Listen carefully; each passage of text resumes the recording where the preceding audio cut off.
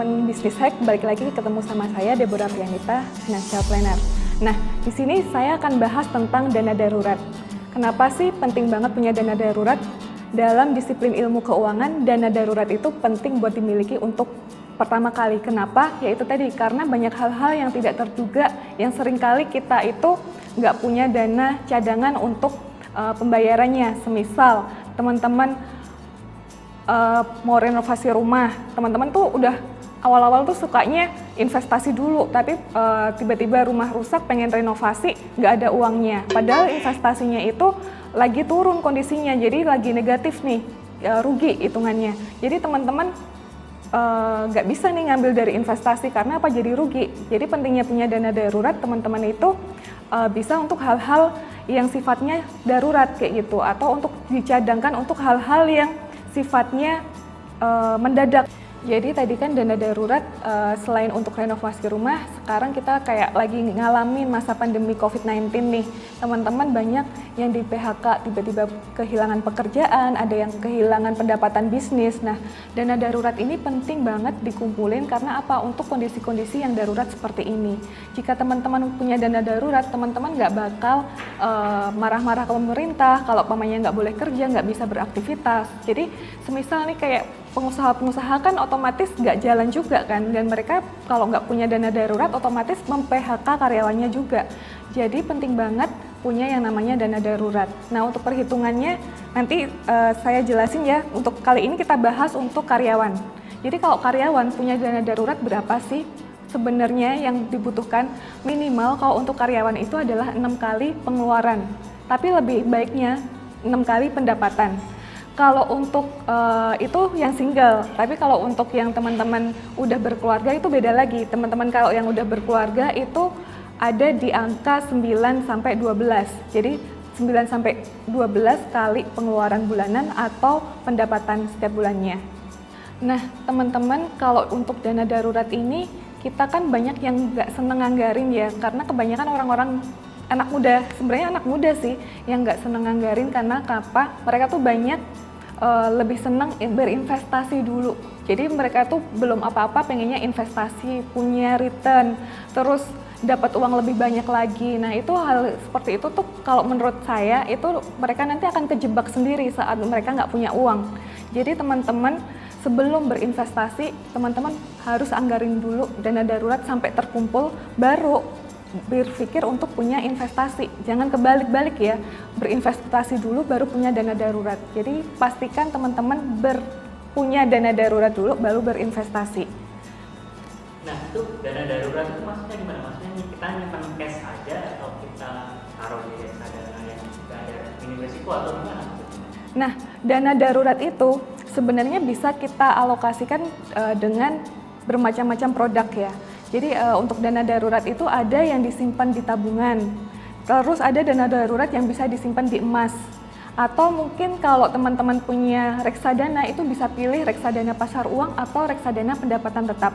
Jadi teman-teman kalau nyimpan dana darurat tuh nggak melulu di bank. Nah, kalau walaupun di bank, teman-teman juga harus hindari nih, jangan pakai yang ada ATM-nya, yang nggak ada internet bankingnya, atau token BCA, M-Banking, token kayak gitu, itu jangan pakai. Jadi murni buku ya, murni buku. Kenapa? Biar kita tuh susah buat ngambilnya. Jadi dana darurat walaupun kita kumpulin banyak, kalau kita ada ATM-nya, kita bawa ATM itu jalan-jalan ke mall, biasanya teman-teman bakalan lihat sel dikit aja, biasanya tetap dipakai. Jadi teman-teman usahakan kalau punya dana darurat itu cari produk keuangan yang susah buat ngambilnya. Kayak tadi, nyimpan bukunya aja, atau mungkin teman-teman bisa pakai emas, jadi kita harus jual dulu. Selain itu teman-teman juga kalau yang susah ngambil kan kayak tadi produk keuangan seperti reksadana pasar uang atau reksadana pendapatan tetap. Nah, itu juga kita kan perlu waktu ya, kita harus jual dulu baru kita dapetin dananya, baru pindah ke rekening kita.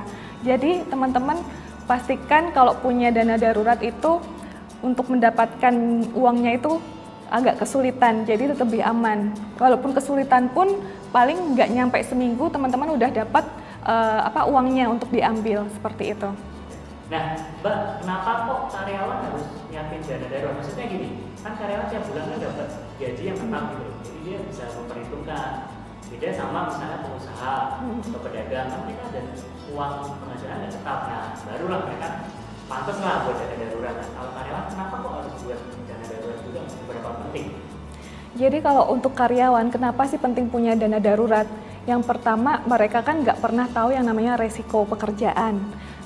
Semisal perusahaannya nanti pilot, tiba-tiba di PHK, teman-teman kan nggak punya yang namanya pemasukan lagi. Jadi pentingnya punya dana darurat itu tadi, buat jaga-jaga di kondisi resiko yang akan datang yang kita nggak pernah tahu. Ya tadi seperti saya jelasin di awal, masalah COVID saat ini, COVID-19 ini kan tiba-tiba kita kayak model udah mau dipensiunkan atau di PHK, atau kita sedang belajar benar-benar nggak punya penghasilan sama sekali. Jadi penting punya dana darurat itu untuk apa? Kalau karyawan ya itu tadi, untuk bisa bertahan hidup, semisal dia di PHK, bertahan hidup untuk mencari pekerjaan baru. Nah, beda lagi kalau yang untuk bisnis dana daruratnya.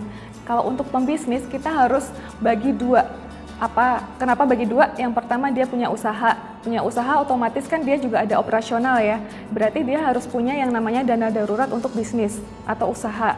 Kalau untuk pribadi keluarganya atau perorangannya itu biasanya dia juga harus siapin. Kenapa? Ya itu tadi ada risiko-risiko sama bisnisnya, dia juga harus bertahan hidup kayak gitu.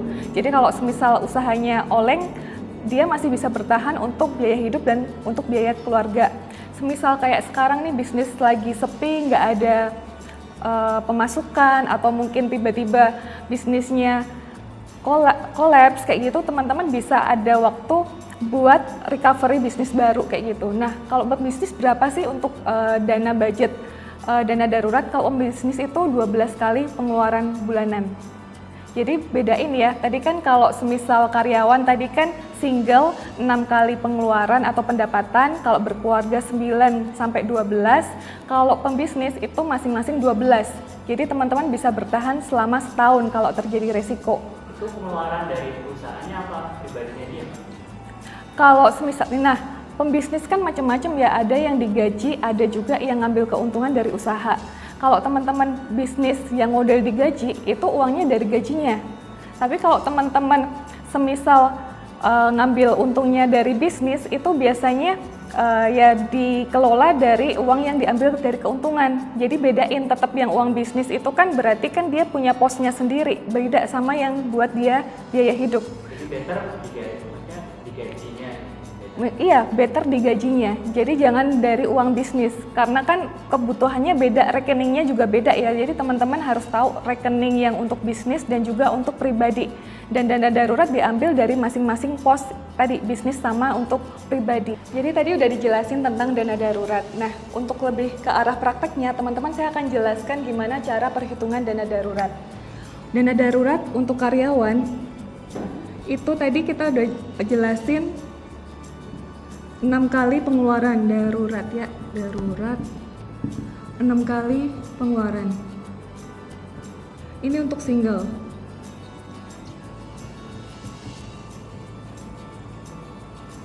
Jadi semisal teman-teman punya gaji 5 juta, pengeluaran ada di 4,5 juta, teman-teman tinggal kalikan pengeluaran teman-teman 4,5 juta dikali 6 bulan.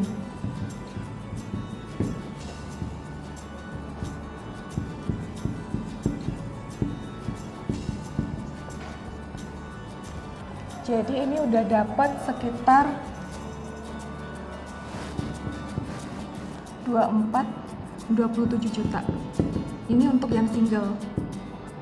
Untuk dana darurat orang yang sudah menikah,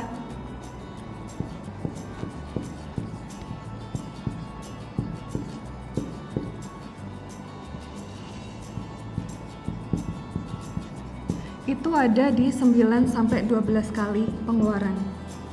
Nah, semisal gaji suami ada di angka 10 juta, pengeluaran setiap bulannya ada di angka 8 juta, otomatis teman-teman harus mengumpulkan uang dana darurat sebesar semisal ini 12 bulan ya.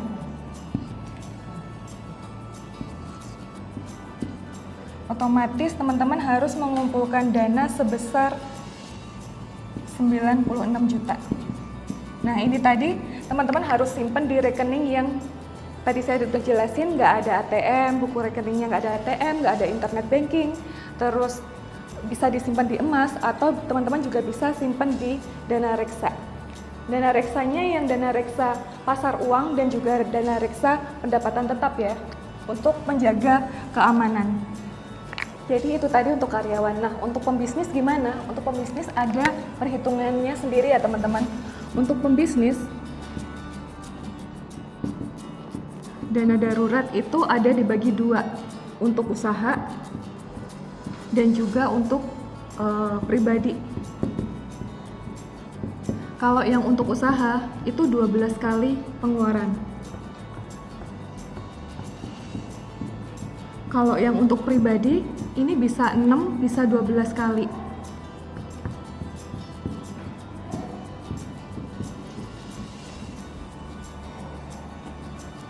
Nah, untuk perhitungannya, semisal tadi kan udah dijelasin di awal gimana kalau usaha sama pribadi. Itu kalau teman-teman dari usaha itu digaji, otomatis teman-teman yang pribadi ngambilnya dari uang gaji ya. Yang usaha diambilkan dari uang hasil usaha. Semisal usahanya setiap bulan operasional itu habis semisal 100 juta.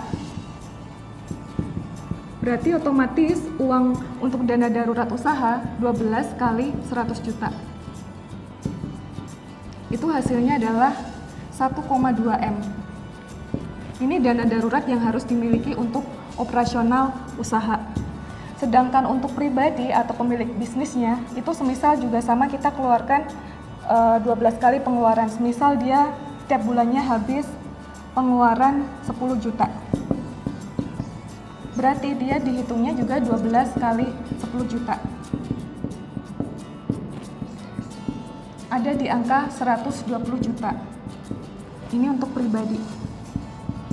Jadi jika sampai ada resiko seperti sekarang ini COVID, teman-teman masih bisa bertahan hidup selama kalau untuk yang bisnis yang di awal yang pemiliknya itu dia bisa bertahan selama 1 tahun. Bisnisnya pun kalau kita hitungannya tepat juga bisa bertahan selama 12 bulan walaupun nggak ada pendapatan. Oh ya Mbak, aku mau nanya, kalau misalkan aku punya gaji, tapi gajiku nih mepet-mepet gitu. Nah, aku juga pengen investasi, juga pengen nyiapin dana darurat. Nah, kira-kira itu yang perlu diutamain tuh dana darurat dulu atau investasi dulu, atau aku bisa dari gajiku itu bisa setengah-setengah gitu? Nah, kalau ini mbaknya kerja ya, kalau semisal tadi kan di awal saya juga udah sampein pentingnya punya darurat terlebih dahulu. Tapi semisal teman-teman juga pengen nyiapin investasi, sebenarnya juga bisa dibagi dua. Tapi porsinya digedein untuk dana darurat dulu ya. Semisal nih mepet untuk investasi karyawan, dana darurat,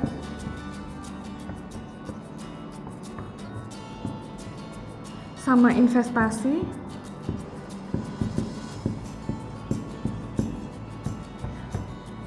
budget per bulan 500.000 semisal. Sedangkan target dana darurat tadi semisal kita ada di angka 27 juta. Nah, kalau semisal pengen pengen berinvestasi ya, untuk dana daruratnya kita budgetin semisal 300.000 per bulan. Investasinya ini dana darurat.